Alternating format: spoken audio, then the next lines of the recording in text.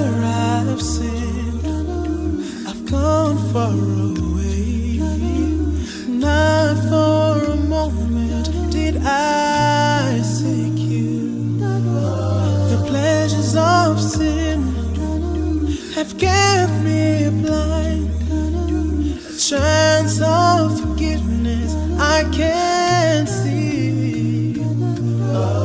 Father, I don't know what I do. Please forgive me. Open my eyes. You can seek us and bind us with your bind us with your love. Yet we're so blind to see heaven's open doors. Oh, deep in the misty mountain of sin. So long, Lord, fix me. For you came to seek us and bind us with your love. Bind us with your love. Yet we're so blind to see. We're so blind. Open doors. Oh, deep. We're so deep in sin. Mountain of sin. We're so deep in sin. Oh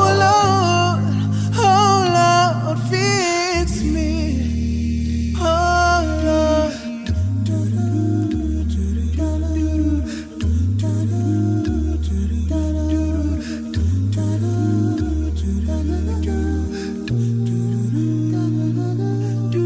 I preach about the word and sing about it too, but I'm nowhere close to being the word I preach.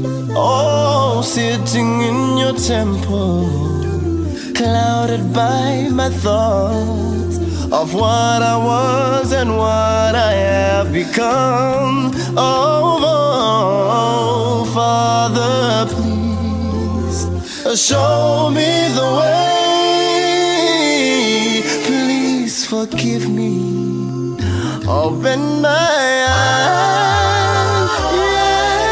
You came to seek the lost and bind us with your love. Yet we're so blind to see heaven's open doors.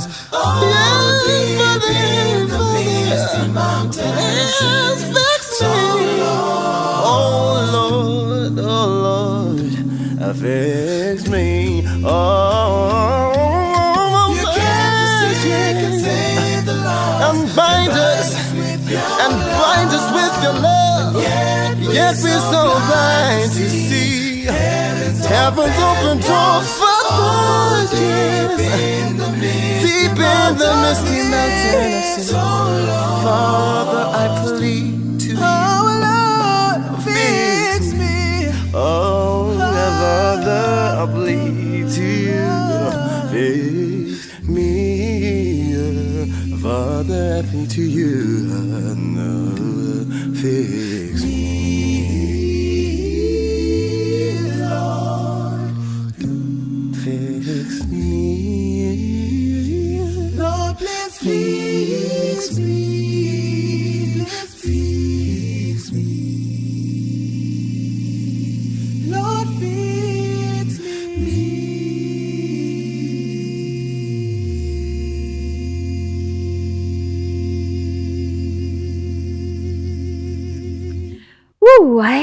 Ay, efa voninao daholo nareo rakizy. Mahafinaritra miaraka aminareo a. Mino aho fa tena tianareo a ny fandaharantsika. Arabaina daholo ary ianareo e. Amin'ity anio ity isika dia toy mazatra dia manana fandaharana vitsivitsy izay iarahantsika mifaly a, iarahantsika mandray a ao anatin'ny fotoana vitsivitsy monja. Toy mazatra dia manana lohahevitra isika rakizy. Ao anatin'io lohahevitra io a dia misy tantara ihany koa. Dia anio isika dia iaraka mijady ihany koa, iaraka amin'ilay hoe za mihira. Ao anatin'izay a dia hanao hirahira mahafinaritra isika, hianatra hira, iaraka hira mijady. Tianareo izany e? Ie. Rehefa ohatran'izao koa isika dia manana fianarana nahandro. Fa maninona moa no mianatra mahandro? Satria izao tempolo ny fanahy masina ny tenantsika, dia mila misakafo ara-pahasalamana, mila mihinana zavatra tsara, dia atoro antsika ampianarin'ny Elina miaraka amin'ny ankizy ny hoe inona indray ny sakafo ara-pahasalamana izay ho zaraintsika. Avy eo isika dia hiaraka amin'ny volana ihany koa. Rehefa volana dia tadidinareo ve hanao intsika izay? Ie, ilalao tsika ny dikan'izay. Dia afinaritra ny fiarahantsika, izy foana ny hira, ny zavatra maro isan-karazany. Fa izao ao anatin'ny fotoana fohifohy vonona daholo ve nareo? Eny ary, andao ary sika hiaraka anao hira mamy aloha e. Ora mamy manko e. Inona moa ilay izy? Ora mamy. Anao ora mamy tsika na dia mamy be ary ilay hira. Dia hiara-hira sika dia hanomboka amin'ny lohahevitra avy hatrany. Tao ary e!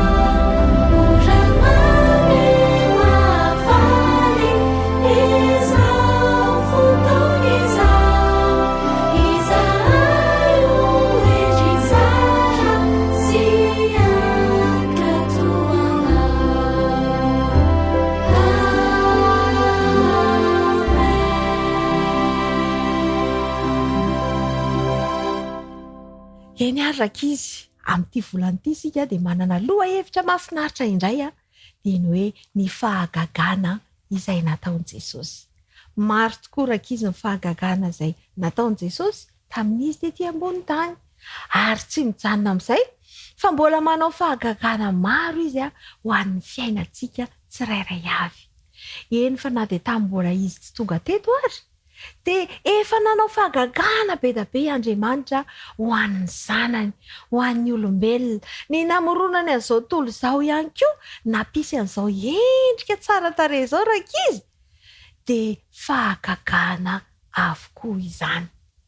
Dia hiresaka mahakasika an'izay tsika ao anatin'ny fotoana vitsivitsy, ao anatin'ny andro vitsivitsy izany dia hiresaka mahakasika an'izany fahagagana izany isika. Maninona moa izany no resahana? Tian'Andriamanitra ho tsapantsika mandrakariva rakizy fa tena tiantsika Andriamanitra dia manao ny tsara indrindra ho antsika. Ary indraindray tsy takatry ny saina izy ireny fa mahagaga, tena zava-dehibe. Ary ohatry ny hoe zavatra tsy tokony hisy eo kanefa ny ataon'Andriamanitra tanteraka eo amin'ny fiainantsika. Izany ny atao hoe zava-mahagaga. Indraindray mantsy isika mieritreritra fa hoe rehefa tsy maintsy hoe miova vato ohatra ny sakafo, na hoe sakafo no miova ny vato no miova sakafo, izay vao atao hoe fahagagana. Na hoe misy olona malemy be eo dia mitsangana tampoka, dia izay ny atao hoe fahagagana. Indraindray tsika mieritreritra hoe izay fotsiny ny atao hoe fahagagana, tsy izay fotsiny. Betsaka ny zavatra tsy takatry ny saintsika, hanehoan'Andriamanitra ny fitiavany ho antsika, fahagagana avokoa izany.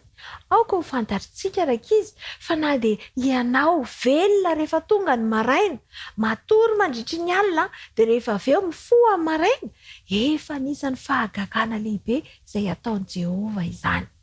Misy manko matory amin'ny alina dia ao tsy mifoha intsony, na hoe nisy namaky ny trano, na hoe nisy olon-dratsy na hoe nisy orohoro-tany dia nirodana tao.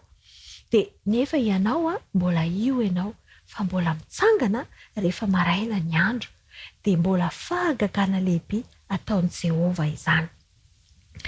Ny tenin'Andriamanitra dia manambara fa ireny fahagagana naseho ireny dia manambara fa Andriamanitra tokoa, Andriamanitra, ary tsy misy afa-tsy izy irery no Andriamanitra.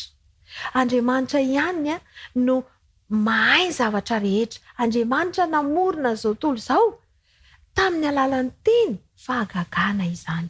Amin'ny alalan'ireny fahagagana ireny izany dia anehoan'Andriamanitra fa izy no Andriamanitra. Andenge antsika hamaky toko sy andininy anankiray Salamo 4:20. Salamo 4:20 dia manao hoe: fa lehibe ianao ka manao zava-mahagaga, ianao irery ihany no Andriamanitra. Fa lehibe ianao ka manao zava-mahagaga, ianao irery ihany no Andriamanitra.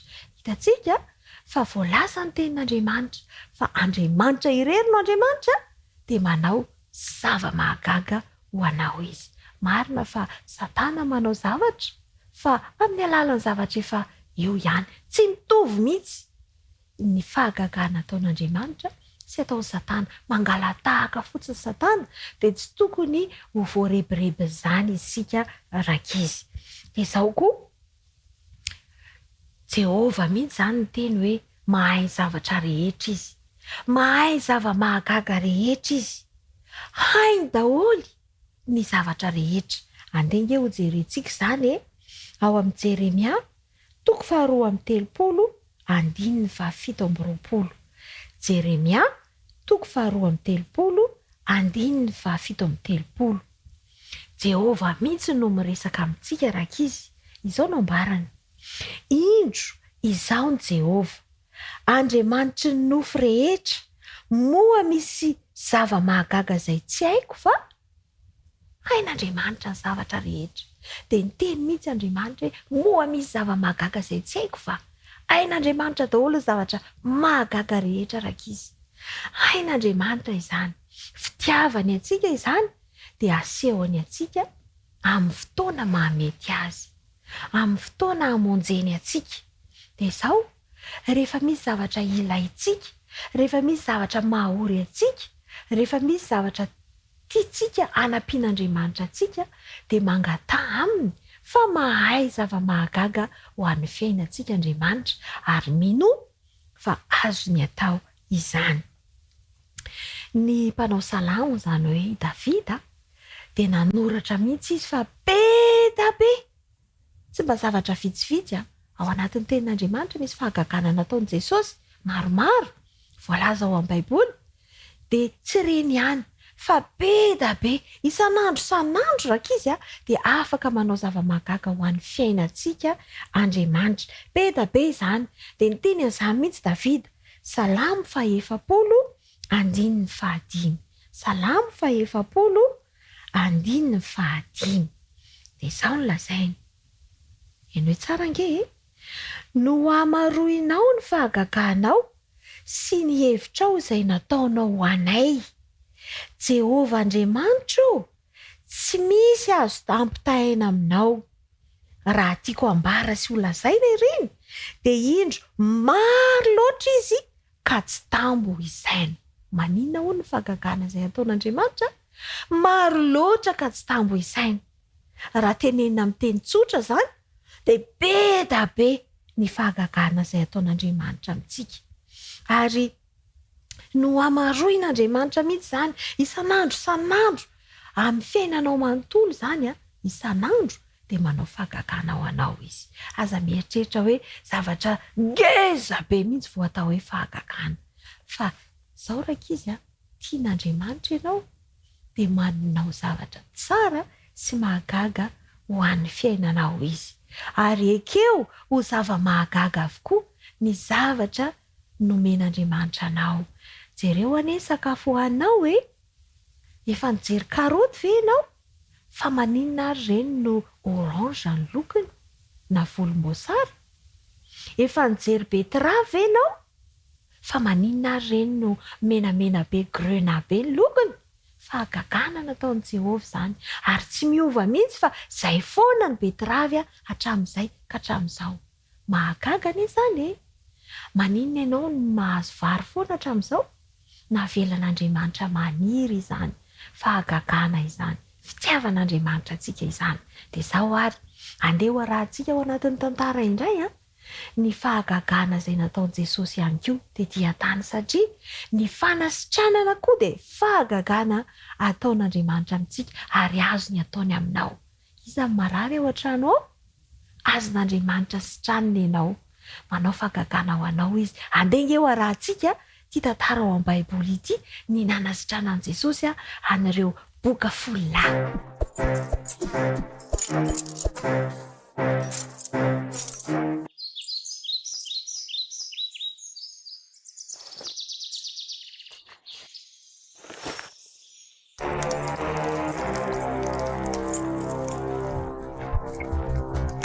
Boka 10 no indreo mandeha mora, miantso mafimafy mba ho re tony akory. Boka e, boka, maloto fa mikisà, aretina mifindra tandray mampanahy, aretina mamofona mandrotika ny vatana, tsy misy fitsaboana, tsy ahitana fanafana, mampatahotra tanteraka na ny lona ny vatana, dia afoy avokoa ny ankohonana fananana. Mihiratra ny maso, Jesosy no eo aloha, fanantenana no atafy, fefa mafy ny manjoa. Jesosy eo vonjeo re izahay, dia indro fahonena lay zanak'ina ray. Mandehana ary miseho, ny mpisorona vonjeo, fa hiala ny abokana raha toy ianao tsy mianahany. Teny an-dalana jereo, ny anadio ilay fery teo, dia niverina naniry ireo tava efa-bory, fifaliana no nanolo ireo androna mpahory. Dia nibitaka aok'izany toy ny efa tsy eto tany, foana hatreo rehefa atorana fahamonjy ny ankohonana. Indro iray ny tarehdretra, miasa saina manjoretra, i Jesosy no ao an-tsainy, ilay nanavitra ny ainy, dia niverina izy tsy niaotra, izy rery tsy mba natahotra. Jesosy eo, misaotra anao, fa raha tsy izany tsy toy izao. Diako ery izato ianao, ndeha vonjeo ny tranonao. Nahavariana ny tantaran'ilay boka 10 mahafinaritra koa, tena mahay zavatra Andriamanitra. Jesosy koa dia Andriamanitra, ary nanasirana an'ireny lehilahy ireny izy, ary nahagaga dia niverina naniry daholo indray ny zavatra efa tsy nisy tsony, ny teny amin'ny orony, ny sofiny, ny tanany, ny tongony, naniry indray. Zava-mahagaga izany, ary raha azon'Andriamanitra natao tamin'ireny olona ireny, dia mino aho fa azo ny atao ho anao ihany koa izany fanasitranana izany. Mino aho fa anomeny tsara indrindra ho anao Jesosy. Dia izao, andeha isika aloha hivavaka aloha izao, dia hivavaka mba hanomezan'Andriamanitra fahagagana ho anao mandrakariva, ary indrindraindrindra fanasitranana ho anareo izay tsy salama. Hivavaka tsika, ndao ary akombona ary loha ny tanana, akipy ny maso dia ndao tsika hiaraka hivavaka. Andriamanitra, misaotra anao izahay, fa tena manao fahagagana ho anay ianao, ary nampianatra anay ianao tandroany, fa mbola afaka manao fahagagana ho anay. Be da be izy ireny tsy tambonay isaina, ary ny zavatra rehetra asehonao eo anatrehanay dia fahagagana avokoa izany. Amin'ity anio ity Andriamanitra, dia te hivavaka aminao koa izahay, satria misy ireo namanay izay tsy salama, mila fanasitranana avy aminao izy ireo. Andriamanitra manao zavatra mahagaga ianao, manao tsara indrindra ianao, mangataka izahay sitrano izy ireo. Mino izahay fa ny valim-bavaka rehetra izay omenao, ny tsirairay avy, dia avy aminao avokoa izany. Ianao mahafantatra ny mahasoa, ianao mahafantatra hoe zao dia izao ve izy dia ho sitrana sa miandry kely sa manahoana. Ianao Jesosy ny mahafantatra dia apetraka anay aminao izany. Fa inonay fa izay zavatra rehetra miseho dia avy aminao avokoa ary fahagagana avy aminao. Dia matoky ny fitantananao izahay Andriamanitro amin'ny anaran'i Jesosy. Amen. Eny ary rakizy, andeha isika indray izany izao hanao an'ilay sakafo. Dia izao, isaky ny manao sakafo isika dia tadidio fa ny sakafo atolotra antsika dia fahagagana avy amin'i Jehovah ihany koa izany. Ny tsara indrindra no omeny antsika. Dia rehefa mahita an'ilay sakafo ao izany ianao dia tadidio hoe avy aiza ny fototra izy ireny, ary mba ho salama tsara koa ianao ny amin'ny sakafo izay omenanao. Andao ary tsika hiaraka avy hatrany amin'ny Elina sy ny namany hanao sakafo. Samahany. Salama daholo antsika rakizy, tonga eto indray amin'ny Petit Chef.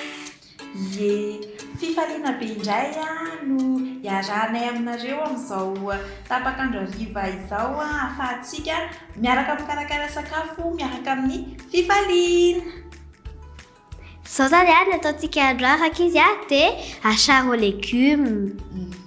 Acharo aux légumes, arak'izay anaran'izay hoe acharo aux légumes. Inona daholo zany ny zavatra ilaintsika ary fifaliana? Ny ilaintsika aloha dia poivron, tetehana atao droit, ohatry hoe afokasika. Atao lavalava zany raha tsorina ilay izy. Dia rehefa tsika mila laisoa. Laisoa. Tetehana lavalava ihany koa ny laisoa. Mila karaoty koa tsika. Atao lavalava koa. Ye, ireo rehetra ireo izay efa voadio efa voasasa tsara, izay vao ny tetehany. Dia tokony sasana koa tanana aloha rakizy alohan'ny manao sakafo. Tena zava-dehibe mihitsy izay. Mila koa tsika tongolo, dia tongolo gasy, dia sakamalaho. Ilay sakamalaho tetehantsika ohatry ny hoe afokasika, dia ilay tongolo gasy tototsika. Dia ilay tongolo ataontsika manify, tetehantsika manify. Voazava tsara mihitsy, tsy mila manampy intsony inona ihany koa ny ankoatran'izay. Mila menaka koa tsika, dia mila sira, dia mila poivre. Ilay poivre tsy vetery misy, fa raha misy dia ampiana izay tiana. Izay indrindra raha ohatra ka misy hoe tsy mahazaka ao an-tokantrano ao afaka ampiana poivre, afaka ihany koa tsy ampiana. Andao ary irosa avy hatrany amin'ny fikarakarana isika. Fa saika adinitsika citron. Ye. Ndao zany tsika hanao ilay izy. Rehefa mikarakara sakafo ka mampiasa afo, antsy, sisa dia tsara foana ao an-tokantrano ao misy olon-dehibe. Drasa ary alefantsika ny fatana. Afanaitsika aloha ny fatana. Afanaitsika dia rehefa avy eo tonga dia alain'ny fifaliana ny menaka. Ie, dia arotsantsika menaka, tsy atao be dia be rakizy fa lasa tsara amin'ny fahasalamana zany. Dao azy, arotsantsika ny menaka.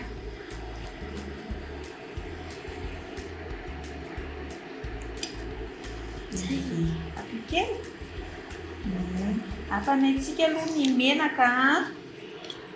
Ataontsika ohatr'izao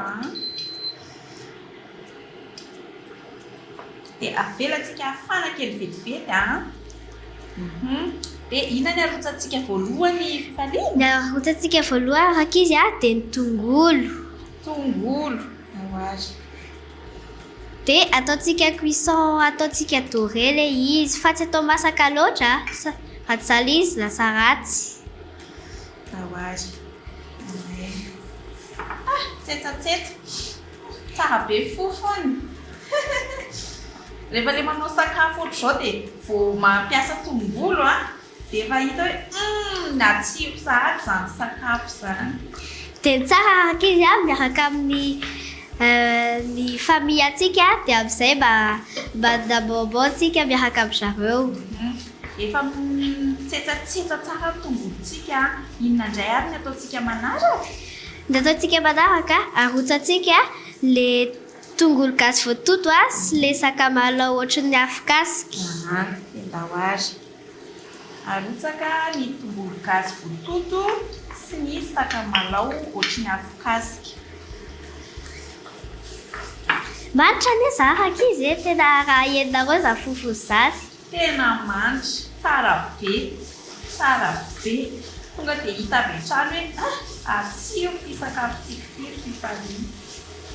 Eny ary, hita izay dia Alefantsika voalohany aloha ny karaoty. Jerena ohatran'ny hoe tena mampiteraka be izy zany. matsiro be, tsara ho an'ny maso.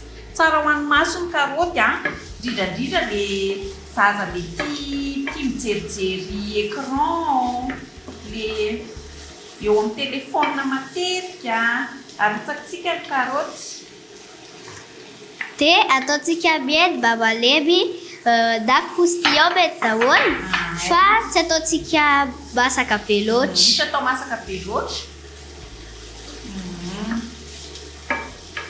Manjary very mantsiny le singa, le apport ao anatiny rehefa ohatra ka ataontsika hoe tena masaka be ilay izy.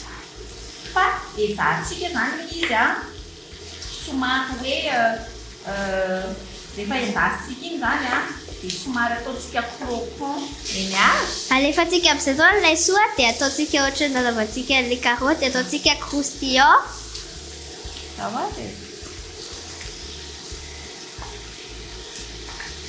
Alefantsika indray izao no laisoa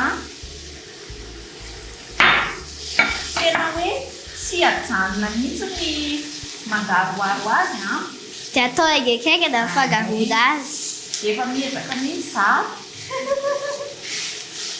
Efa malefadefaka indray koa ny anatsika ny laisoantsika, inona indray ary ny ataontsika manaraka. Alefantsika ny poivron, dia ny poivron tsy atao miedy loatra raha tsy izany izy lasa ratsy. Ie, somary ampidinika kely ny afontsika izany.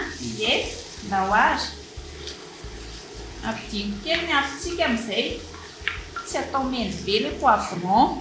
Dia endrika araka izy atao tsaratsara ny fitetehana ilay izy dia amin'izay mba mampiledaleda, mampitenina ilay izy. Tena marina. Ohatra hoe lavalava izany no nanaovana ny karaoty dia atao lavalava ihany koa ny laisoa, dia atao lavalava ihany koa ny poivron, satria raha ohatra ka hoe samihafa daholo ny amin'ny tetehana an'ilay izy dia lasa ratsy ny endriny eo. Ie. Ndao ary ampitsika ny sira e. Ampitsika sira amin'izay Tsy atao be sira loatra araka izy, raha izany io ratsy ny fahasalamana. Dia ny poivre tsy atao be dia be loatra fa lasa masika araka izy. Dia rehefa masaka ilay izy dia pihantsika ilay afo, dia ataontsika ao anaty vilia baolina na ao anaty saladier kely ilay izy.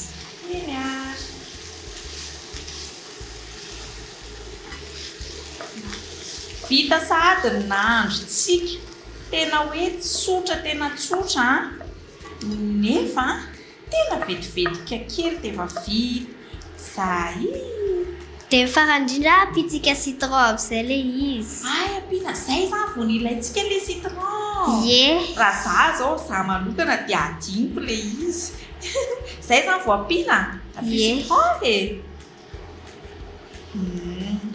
Tsy dia misy rano ny citron antsika. Ampy ve ny tapany iny fifaliana sa ampiana? Ampiana kely. Ampiana kely. Dia afangaro tsara satria lasa misy partie tsy misy citron dia lasa misy citron. Nareo any tokantrano ihany koa manentana ny ankizy kely rehetra hoe mba ho tia mikarakara sakafo amin'izay dada sy neny tsy sahirana amin'ny fikarakarana ny ao an-tokantrano ao dia andao andramana indray ary alohany ity achar aux légumes antsika ity hijerevana hoe manao ahoana ny tsirony. Draso ary andramako. Manasanareo raka izy andao an'ity satria tena tsara amin'ny fahasalamana ilay izy sady mandambo ny ray aman-drentsika. Hafa mihitsy indray ny tsirony. Tsy mitovy amin'ny lasary tsotra hoe hanina. Andramo any tokantrano any façon anankiray indray ahafahany ankizy mihinana légumes Izay misaotra antsika rakizy nijery ty petit chef ty dia amin'ny manaraka indray tsika dioda manao mandra-piona indray izay sy fifalily velomo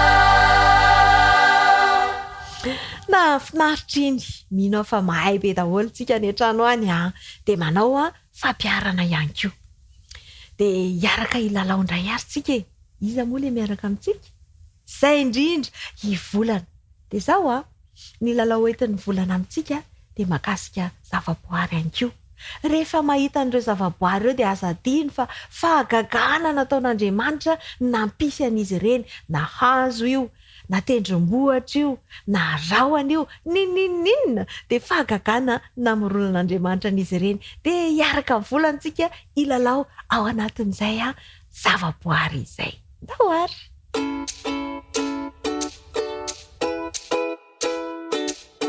fa miaravantsika rehetra indray rakizy elaela indray zay tsika tsy niaraka ny lalao dia hiverina hiaraka ilalao indray tsika androany tendrombohitra voalaza ao amin'ny baiboly ny kilalao antsika izany hoe mamantatra ny anaran'ny tendrombohitra indray zany tsika amin'ny tian'io ty ndao ary ilalao voalohany ary teo amin'ny tendrombohitra inona no nijanona ny samby fiaran'ny Noa ao amin'ny Genesisy 4:4 no ahitantsika ny anaran'izay tendrombohitra izay isa 2 3 tendrombohitra Ararata mahay be daholo faharoa indray izao anaran'ny tendrombohitra nanomezan'Andriamanitra ny lalàna any Mosesy izany hoe nanomezan'Andriamanitra ny didy 10 ao amin'ny Exodosy 7:20 Ankana mijery baiboly daholo aingana dia miaraka amin'ny teny valy indray tsika rehefa avy eo. Tendrombohitra Sinay.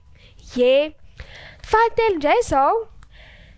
Inona ny anaran'ilay tendrombohitra nanehoan'i Elia ny tena Andriamanitra marina? Ao amin'ny Mpanjaka voalohany 7:7-7:20. Veriko indray mandeha, iza ny anaran'ilay tendrombohitra ny tenenan'i Elia sy nanehoan'i Elia ny tena Andriamanitra marina. isa, roa, telo, tendrombohitra, Carmel. Faefatra indray tsika izao. Iza indray ary ny anaran'ilay tendrombohitra nitazanan'i Mosesy ny tany nampanantenaina na ny tany Kanaana. Iza ary ny anaran'ilay tendrombohitra ao amin'ny Deutéronomie 4:30. Isa, roa, telo, Nebo. Nebo ny anaran'ilay tendrombohitra nitazanan'i Mosesy ny tany Kanaana. Fahadimy indray tsika izao. Iza indray ary ny anaran'ilay tendrombohitra nitondrana Abrahama ny Isaka rehefa tao fanatitra izy. Lehilahy zareo mianaka dia nefa tsisy ondry dia Isaka no atao fanatitra ao amin'ny Genesisy 2:20 ny anaran'izay tendrombohitra izay. Fa nahita daholo ao ary raha antsika mitendray valiny Moria, tendrombohitra Moria. Fahenina ary izao. Taiza indray ary Jesosy no hiakatra ho any an-danitra, izany hoe tendrombohitra taiza ny janonany alohan'izy hiakatra ho any an-danitra. Izany ny anaran'izay tendrombohitra izay ao amin'ny Asan'ny Apôstôly 1:12 no misy an'ny valiny. Nahita? Mbola misy mijery? Ao ary jereo dia avy eo tsika miaraka miteny ny valiny indray Nahita daholo? Iza ary? Olive, tendrombohitra Olive. Farany ary ity tendrombohitra iza indray no nanorenan'ny Solomona ny tempoly ao amin'ny tantara faharoa 7:1. Ty tendrombohitra ity miverina satria efa nandalo teo ilay tendrombohitra, ny anaran'ilay tendrombohitra dia izany hoe efa indisy be antsika izany. Haingana mijery baiboly haingana daholo. Tantara faharoa 7:1. Isa, roa, telo, tendrombohitra Moria. Ie, nahay be daholo ny ankizy mahay be daholo moa Ie, dia manaraka indray tsika ilalao kilalao hafa dia mino fa manaraka fandaharana foana ny ankizy rehetra dia veloma.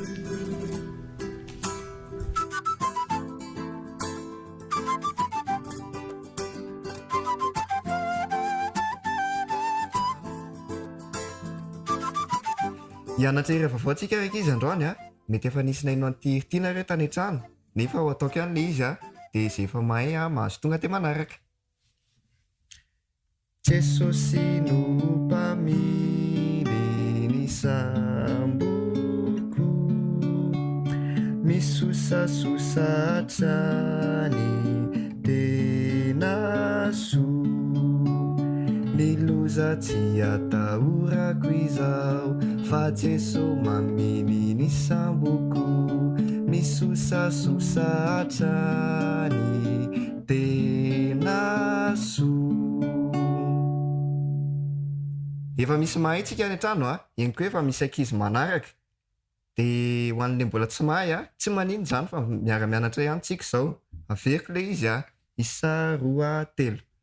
Jesosy no mpamily ny samboko, misosasosatra ny tena soa, ny loza tsy atahorako izao fa Jesosy mamily ny samboko, misosasosatra ny tena soa. Bravo! Zao ary miara-mamerina amin'izay tsika rehetra fa efa mahay kosa amin'izay ngamba izay. Manisa telo dia miara-manao daholo. Isa, roa, telo. Jesosy no mpamily ny samboko, misosasosatra ny tena soa, ny loza tsy atahorako izao fa Jesosy mamily ny samboko, misosasosatra ny tena soa. Bravo! Mahay be daholo ny ankizy rehetra. Izay indray ary ny irantsika androany amin'ny manaraka indray.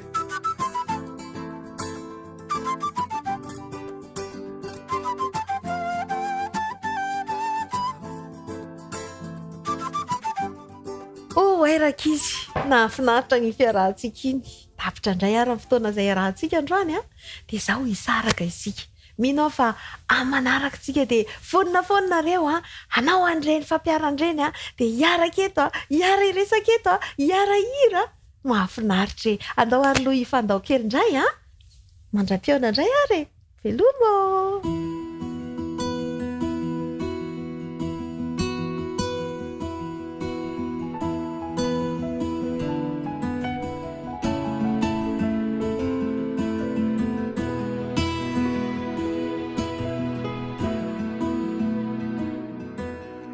Ianao no antom-pianako,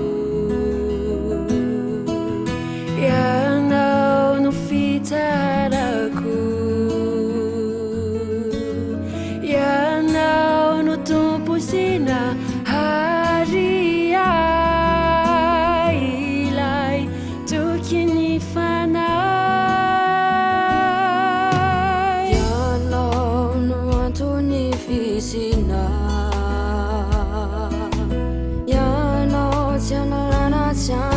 Pina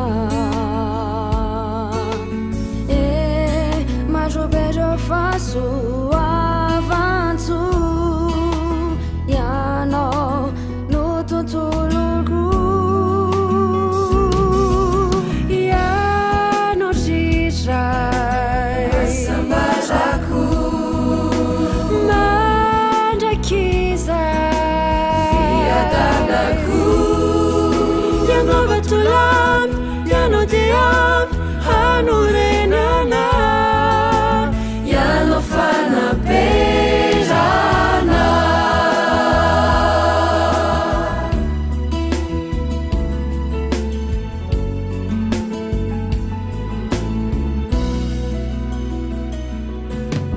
ya no aviakanai fia na manjakizai tunga vafangana pamuntisu ianao no andrasako Fanyeto efa mankaleo etebetebe sy toreo hani votena tafatambatra tontolo masambatra ianao zirai masambarako mandrakizai fiadanako ianao vatolampy ianao diampy hanurenana ianao fanaperana ianao zirai masambarako mandrakizai fiadanako ianao vatolampy ianao diampy hanurenana ianao fanaperana ianao zirai masambarako mandrakizai fiadanako ianao vatolampy ianao diampy hanurenana ianao fanaperana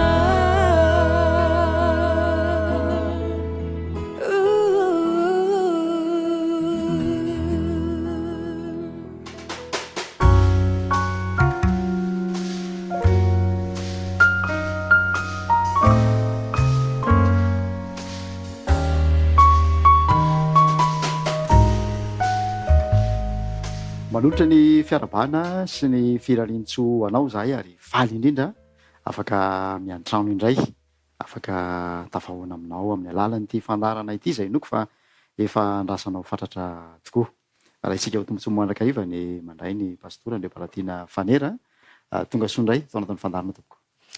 Miaravanao ihany koa namanadinao ary fifaliana mandrakariva moa zany no iarahana indrindra ny hoe fandinihana ten'Andriamanitra zavatra mahafinaritra ary zavatra mahafaly mandrakariva zany hoe mandinika ten'Andriamanitra zany ary faly ihany koa miaravanao tafaraka aminay amin'ny alalan'izao fandarana izao. Ao anatin'ilay loha hevin-dehibe hoe rainay izay any an-danitra isika efa nanana herinandro maromaro izay ny fankazarana teto nandrasana fahalalana isan-karazany ihany koa dia tonga eo amin'ilay hoe fa manafahanay amin'ny ratsy, manafahanay amin'ny ratsy. Raha tsy hivina kely ny feonantsika farany dia ny hoe aza mitondra anay mifakapana izay niteraka hevitra zanatoa hevitra maromaro mihitsy tao anatin'ny tao namantarantsika ny atao hoe fakapana izay ampianarin'ny baiboly. Andahory itondrantsika ny fiara-mianatra aoriana ny jeritodika izay ataontsika fetifety pasteur. Ya tsara raha manao jeritodika ketsika sady manamafy ihany koa zany ny amin'ilay lohateny izay jerentsika tamin'ny farany le hoe aza mitondra anay fakapana satria tsara zany ny somary manamafy kely hoe Andriamanitra ny tsy mitondra antsika amin'ny fakapana zay zany le tena nampitaina ato anatin'ilay izy hoe Andriamanitra tsy mitondra amin'ny fakapana satria Andriamanitra tsy maka-fanahy. Ary ny ten'Andriamanitra moa nivakitsika tamin'izay eo amin'ny Jakoba 1:17 dia hoe Andriamanitra hozy izy tsy maka-fanahy olona. Dikan'izay tsy Andriamanitra mihitsy zany no andeha hitondra ny olona ho any amin'ny fakapanahy satria izy ary tsy maka-fanahy olona. Dikan'izay mazava ho azy fa ny mpaka-fanahy zany dia Satana. Ary porofon'izany moa zany Jesosy mihitsy rehefa tonga tetỳ tany dia nalainy devoly fanahy. Fa teo koa zany nazavaintsika tamin'ny teo aloha zany le hoe nety ny fanahy tany anefitra Jesosy.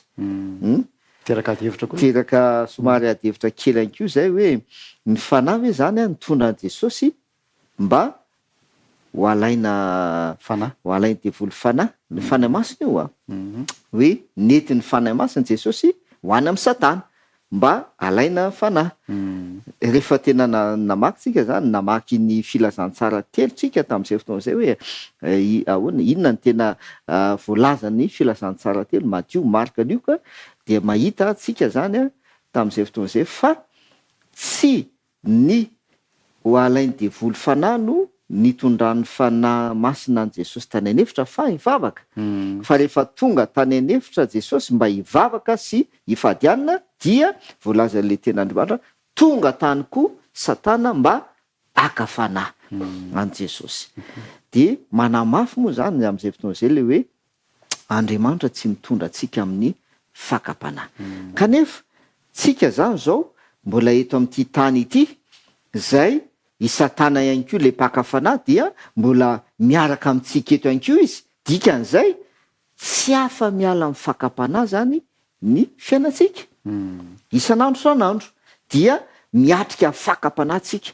Dia eo zany no mahatonga le vavaka, rehefa eo no tena ilaina le vavaka hoe satria mbola eto amin'ity tany zay misy fakapanahy isika, zay mbola eto ihany koa Satana le mpaka-fanahy, dia izay mahatonga le vavaka hoe alaina izay ny an-danitro aza mitondra anay amin'ny fakapanahy. Raha ny tena marina dia hoe arovy amin'ny fakapanahy izahay satria tsy maintsy miatrika fakapanahy fiainantsika.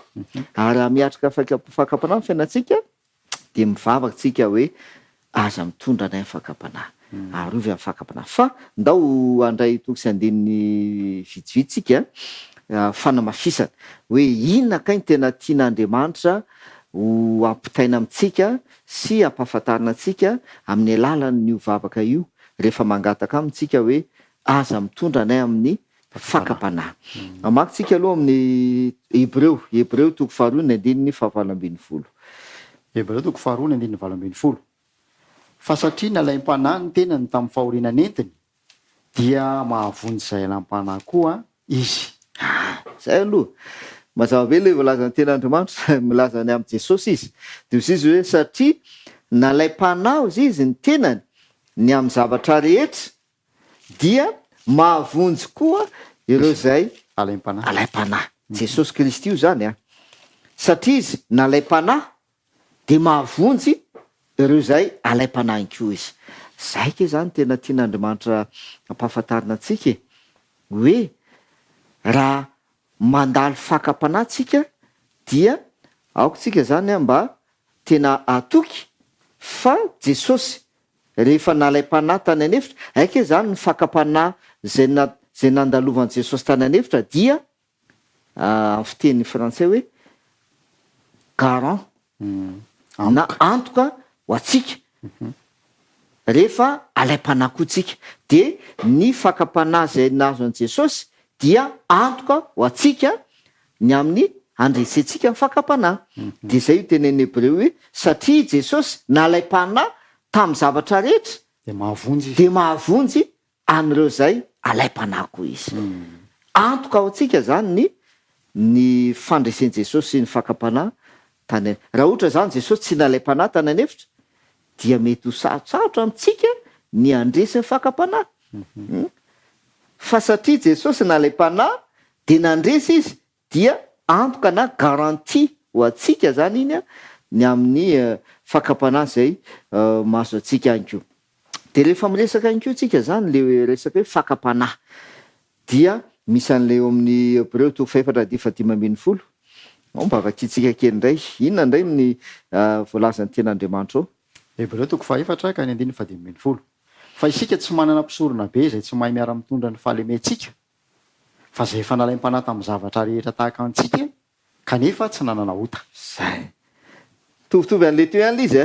hoe satria nalaim-panahy tamin'ny zavatra rehetra izy jesosy de mahavonjy an'izay alaim-panahy fa nahoana izy ny mahavonjy io efa nalaim-panahy tamin'ny zavatra rehetra tahaka antsika ao izy eo koa namanadinao zany tena mila somary tsindritsika kely hoe fa manina ny satana naka fanahy jesosy tany anefitra kanefa fantatry satana nefa andriamanitra jesosy de tonga olona de nalain'ny fanahy tany anefitra satria tahaka atsika ane jesosy olona tahaka atsika izy tamin'izay fotoana zay de io zany mila zavaina tsara sy anamafisana hoe tsy hoe cinéma zay mialatsina am'izay fotena zay tsy hoe ina moa zany fisehoana ivelany fotsiny zay na hoe cinéma mody atao an'izany le fakam-panahy zay nataon'ny satana tamin'i jesosy ia mody alaina fanahy fotsiny anao jesosy fa fantatra fa tsy andesy ianao tsy ho resy ianao tsy zay tena naka fanahin jesosy mihitsy satana satria tena nihevitra mihitsy satana ary nanantena mihitsy izy fa handresy an jesosy alavo an jesosy ao amin'ny fakam-panahy raha zay tsy naka fanahin jesosy izy ary ny ten'andriamanitra mazava be eo amin'ny loka no mitena an'izay izy hoe 2:13 ary efa nahatapitra ny fakam-panahy rehetra izy satana dia nandao azy zay tsara zany hoe tena niezaka mihitsy zany satana ny fakam-panahy rehetra zay mety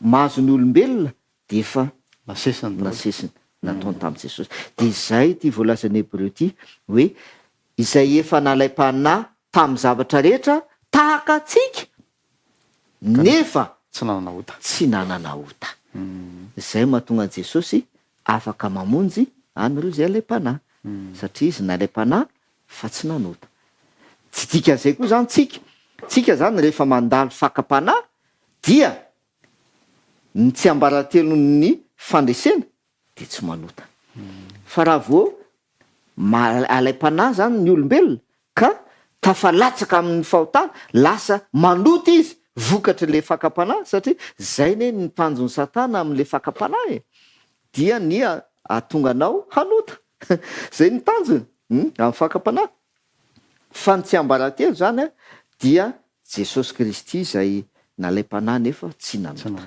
de iny ny namana dinao lefa nazava antsika tany alohaloha tany hoe ohatra sary hanoatra zay anazavantsika azy hoe nahoana ny Jesosy no afaka mamonjy areo zay laim-panahy satria nalaim-panahy izy fa tsy nanota, tsy tafalatsaka tao anatin'ny fahotana izy. Dia tahaka ny olona anankiray latsaka anaty lavaka, tsy afaka ny hivoaka amin'ny lavaka, fa raha tsy misy olona ety ivelan'ny lavaka tsy miara-milatsaka aminy ao fa ety ivelan'ny lavaka no misintona azy. Jesosy ilay afaka misintona azy ety ivelany.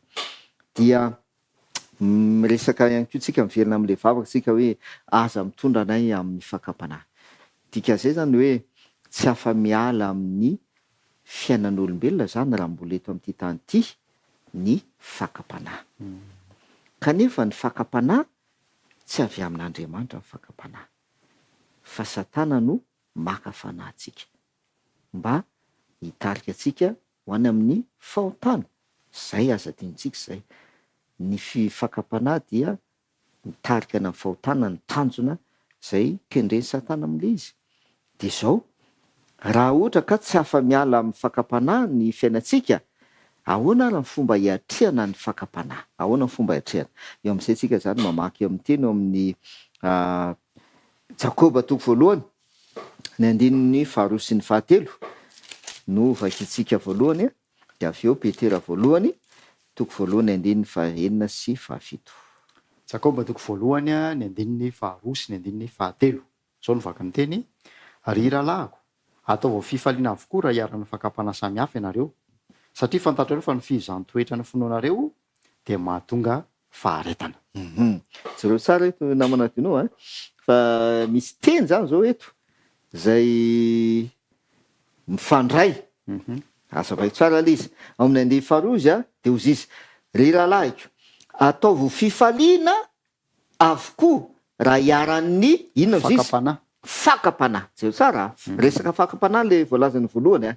Raha hiaran'ny fakapanahy samihafa ianareo. Fakapanahy ozy izy. 7 miova amin'izay le fomba hitenenana azy. Satria fantatrareo fa ny fihizan-toetra. Tanao fa niova le izy. Tsy miteny tsony izy hoe fakapanahy fa lasa fihizan-toetra. Ny fihizan-toetran'ny finoanareo de mahatonga aika zany. Reo zany misy tsy hidirantsika lalina aloha izy amin'ity fa mahaliana ihany koa tsara fantatra ihany koa le izy hoe inona moa zany mahasamihafa fakapanahy sy ny fihizan-toetra e.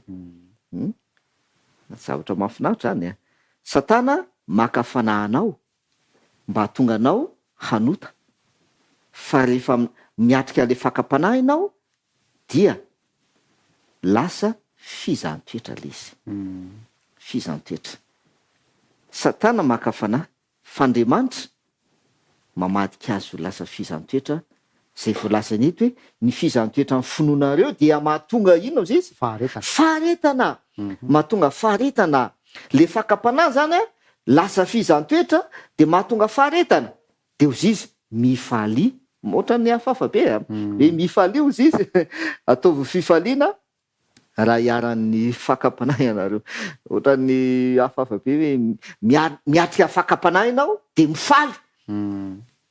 Satana zany zao maka fanahinao de mifaly izy, satria miandry izy hoe latsaka io, ho tafalatsaka fahotana. Fa Andriamanitra ndray kosa rehefa miatrika an'le fakapanahy ianao dia lasa fihizan-toetra le izy de mahatonga faharetana. De ho ampitsika le izy ao amin'ny Petera 1 ny 9 sy ny 7. Petera 1 ny 9 sy ny 7. Zao no vaka ny teny: izany no iravoravonareo na dia ampalelovana vetivety ankehitriny amin'ny fankapanahy maro samihafa azy ianareo, raha tsy maintsy isy izany, mba ho hita ho fiderana sy voninahitra ary fankalazana ny fihizan-toetra ny finoanareo, zay tsara lavitra no ny volamena mety ho simba, na dia voazahatoetra tamin'ny afo aza dia amin'ny isehoan'i Jesosy Kristy. Eto zao de jereo fa mbola hitatsika eto foana le teny anankiroa, de tsy inona fa fakapanahy sy fihizan-toetra. Miombon-kevitra mihitsy Petera sy Jakoba amin'ilay jereo tsara ozy izy. Izany ozy izy no iravoravonareo.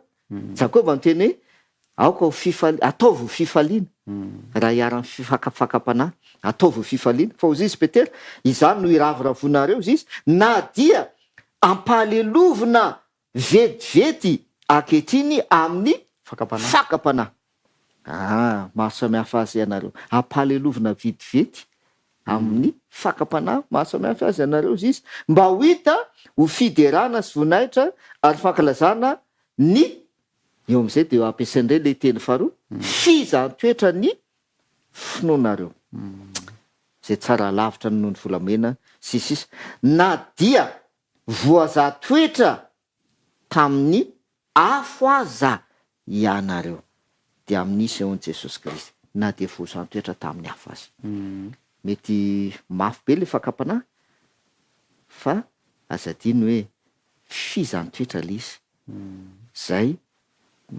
tahaka ny volamena ampandalovina anaty afo de mivoaka mamirapiratra afaka ny loto sy ny sisa rehetrarehetra afaka le afo de ohatran'izay le izy hoe Satana maka fanatsika mba alavo atsika amin'ny fahotana fa raha maharitra amin'ny fakapana isika zay novakitsika naminadinao Jakoba toko voalohany andiny faharoa ambin'ny folo miteny an'izay dia Jakoba toko voalohany andiny faharoa ambin'ny folo rehefa maharitra le fakapana tsika de toy ny volamena zay voazantoetra tamin'ny alalany afo de ahoana izy izy Jakoba toko voalohany andiny faharoa ambin'ny folo Jakoba toko voalohany andiny faharoa ambin'ny folo sambatra zay olona maharitra fakapana fa rehefa voazatoetra izy de andray satroboninahitra fiainana zay nolazain'ny tompo omena zay ty azy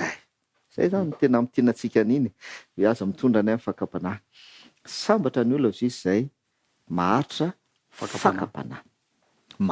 fakapana fa rehefa voazatoetra zay aza diny zany zay fa jereo fa lasa misy teny anankiroa mifandray io nefa fakapana ny resaka fa nisan'le teny faharoa fizantoetra fa rehefa voazatoetra izy eto ny baiboly zay tsy namerina tsony an'le hoe fakapana fa lasa fizantoetra no nampiasaina rehefa voazatoetra izy dia andray ny satroboninahitra ny fiainana zay nolazain'ny tompo omena zay ty azy dikan'izay zany de hoe rehefa miatra fakapana tsika dia zay mahatonga atsika manao le vavaka hoe rainy izay ny an-danitro aza mitondra anay amin'ny fakapana tia nolazaina amin'iny de hoe raha mandalo fakapana ianao raha alainy devoly fanahy ianao dia Andriamanitra kosa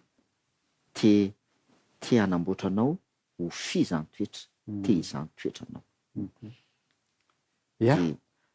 mahafinaritra zay fanazavana zay ary tsy azo nalova-potsiny fa efa dodina koa ny mpanaraka ny fandarana inona indray no finosiny zany hoe manafahanay amin'ny ratsy ao anatin'ity vavaka nampianaran'i Jesosy ny mpianan'ity pasteur dia ao anatin'izay indrindra hoe mifandray amin'le fakapana teo le izy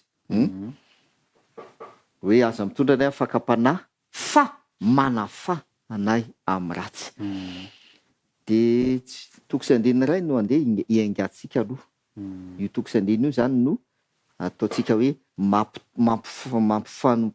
mampitohy an'lay teo aloha sy tia le hidirantsika ity le hoe manafa anay amin'ny ratsy Korintana voalohany no misy anazy efa mivakitsika any ty tany aloha tany fa tsy maninona atsika averina Korintana voalohany toko fahafolo ny andininy fahatelo ambin'ny folo Korintana voalohany toko fahafolo ny andininy fahatelo ambin'ny folo tsy misy fakapana nahazo anareo afa-tsy izay zakan'ny olombelona nefa mahatoky Andriamanitra ka tsy hamelanareo alaim-panahy mihoatra no izay zakanareo fa momba ny fakapana dia asiany lalana hahafahanareo koa mba ho ahazakanareo izany zay io zany zao no mampitohy an'le izy hoe aza mitondra ny fakapana fa manafana amin'ny ratsy de mazava be le ten'Andriamanitra tsy misy fakapana mahazo anareo izy afa-tsy izay zakan'ny olombelona nefa mahatoky Andriamanitra ka tsy hamela anareo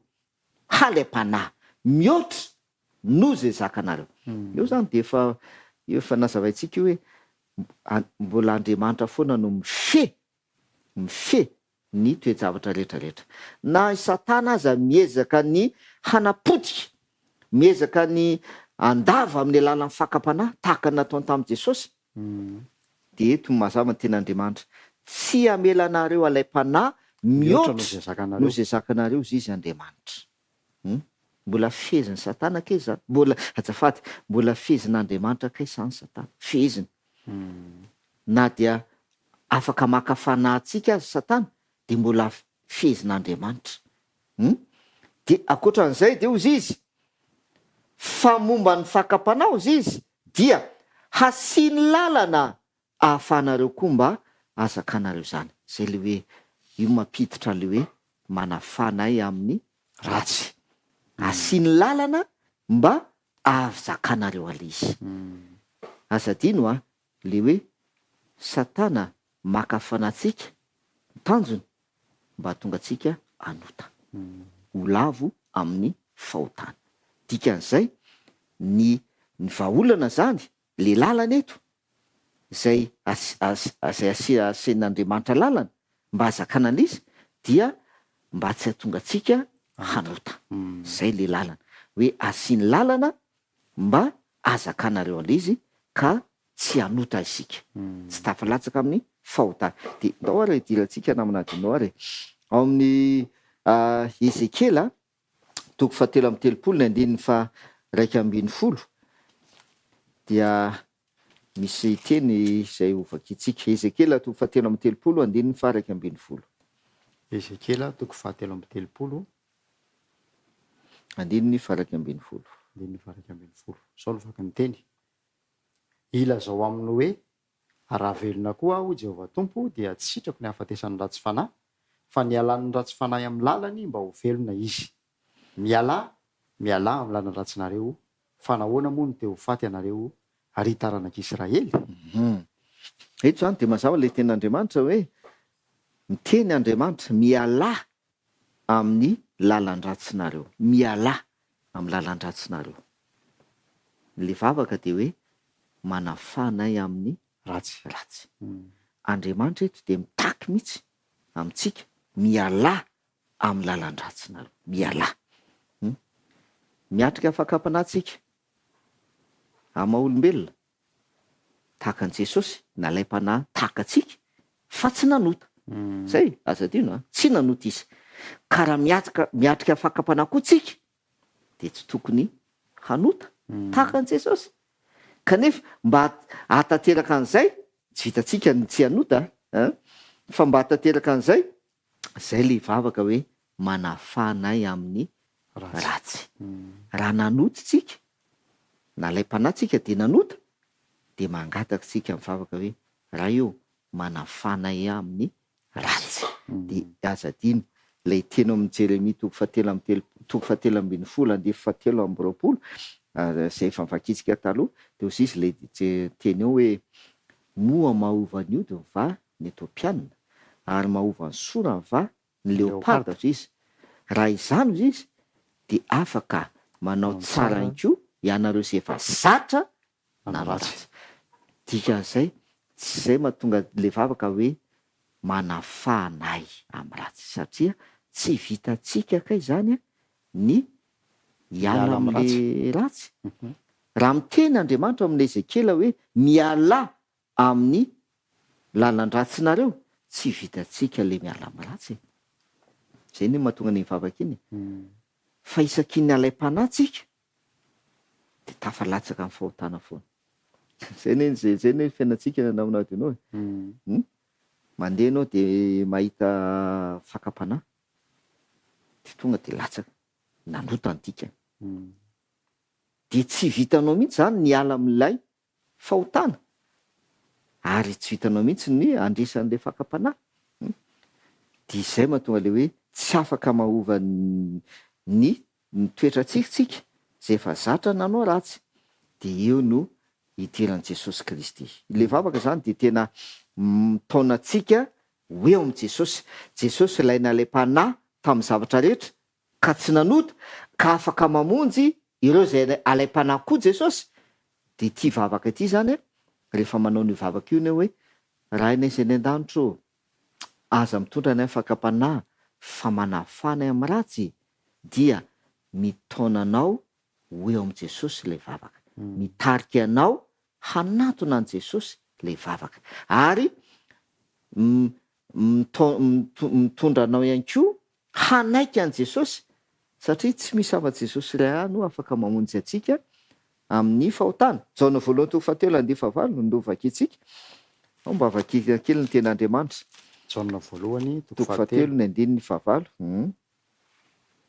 Zao ny vaky ny teny. Jaona voalohany toko fahatelo andiny fahavalo. Zay manota de avy amin'ny devoly satria ny devoly manotatra amin'ny voalohany. Izao no nisehon'ny zanak'Andriamanitra de ny andrava ny asan'ny devoly. Zay. Zay manota de avy amin'ny devoly. Satsy izao no nisehon'ny zanak'Andriamanitra, Jesosy le zanak'Andriamanitra voalaza eto, de ny andrava ny asan'ny devoly. Jesosy no nandrava ny asan'ny devoly. De zao ao amin'ilay Matthieu no andeha amaranantsika ny ty tapany namana dinao. Matthieu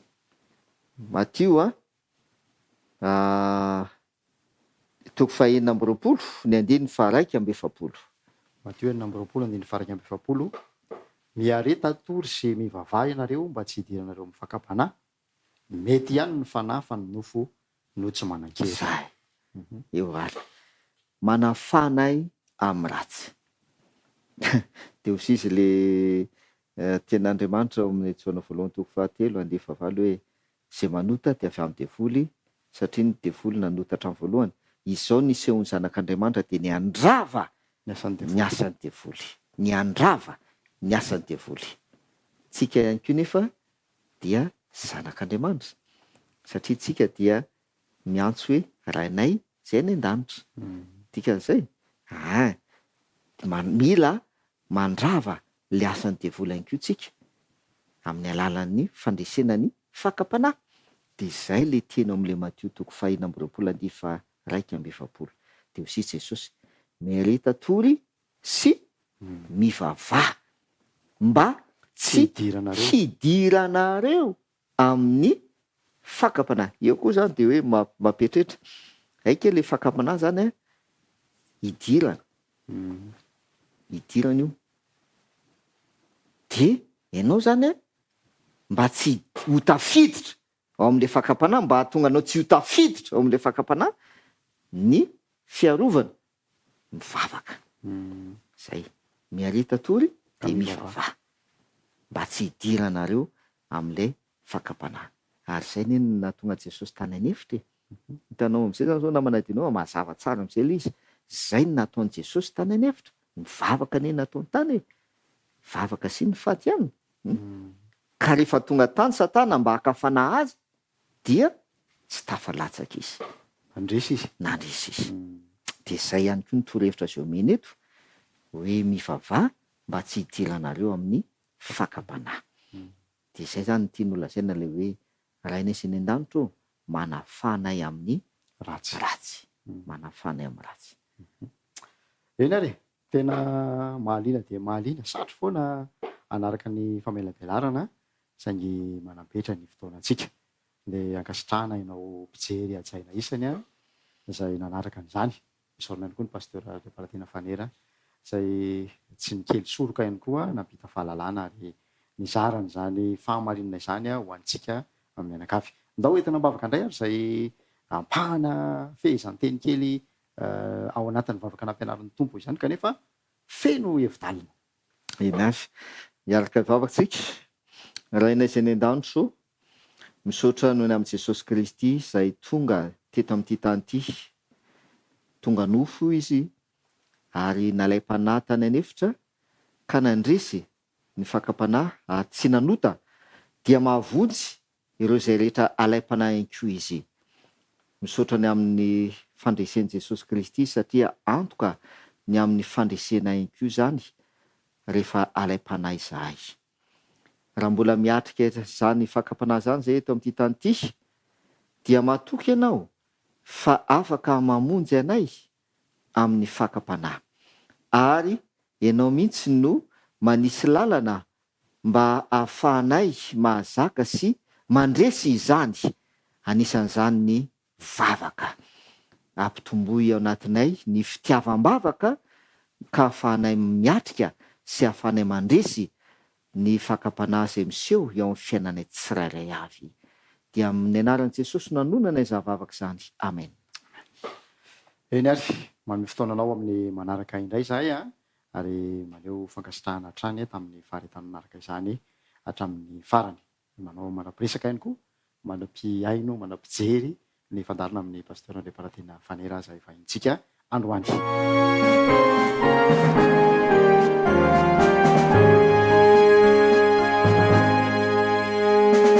We have this hope that burns within our hearts, hope in the coming of the Lord. We have this faith that Christ alone imparts, faith in the promise of His word. We believe the time is here when the nations far and near shall awake and shout and sing, Hallelujah, Christ is here. We have this hope that burns within our hearts, hope in the coming of the Lord. We are united in Jesus Christ our Lord. We are united in His love, love for the waiting people of the world, people who need a Savior's love.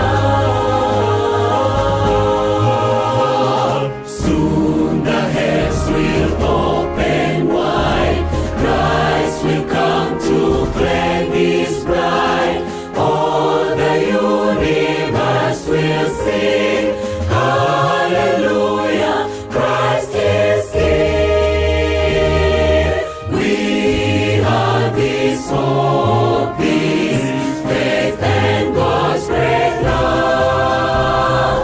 We are united in Christ.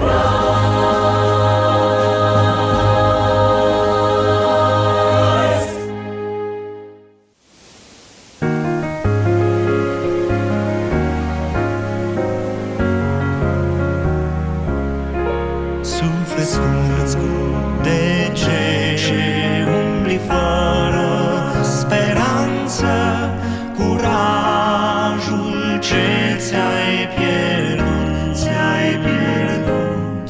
poți să ai în Iisus, doar în El credință și totul va fi renăscut.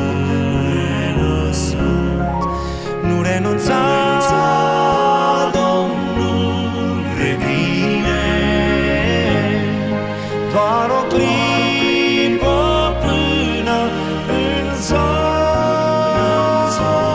Nu renunța, Domnul revine,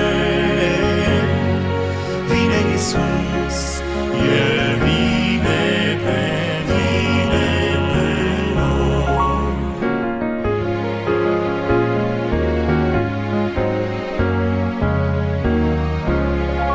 Nu va fi prea mult și pământul va trece, păcatele în veci s-or sfârși.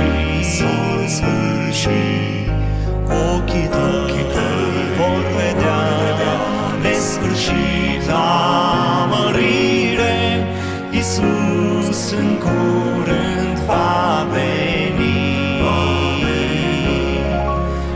renunța, Domnul revine. E doar o clipă până în zor. Nu renunța, Domnul revine. Vine Iisus, El vine pe noi.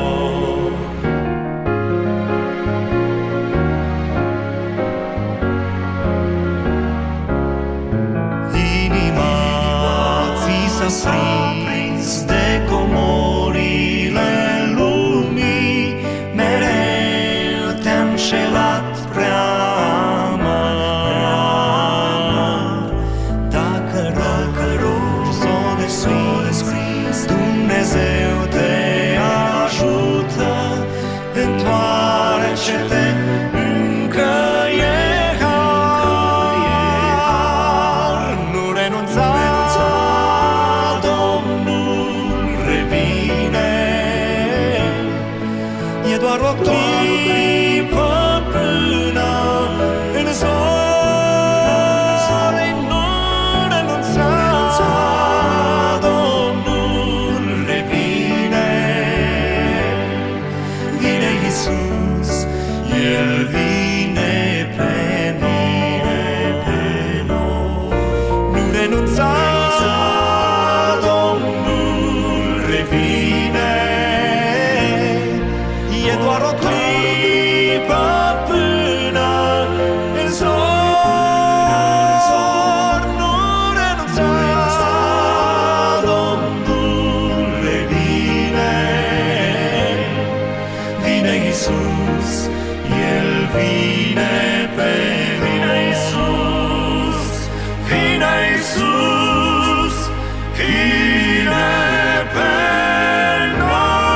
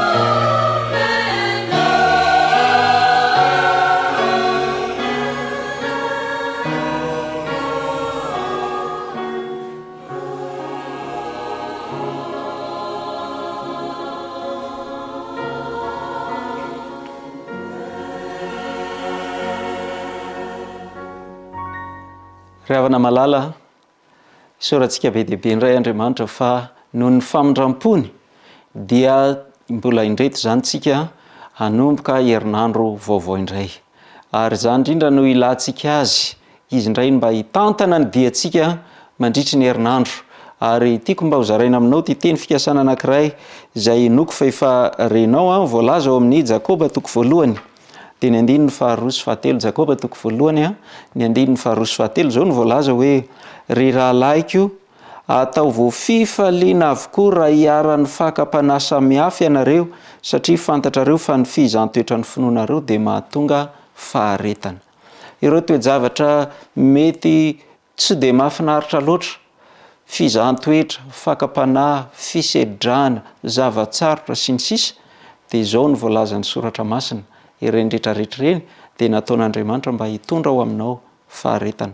Aza miomana melono hoe zara vao tratran'izany dia kivy azo za tsy manan-kery, tsy reva malala, zanak'Andriamanitra isika.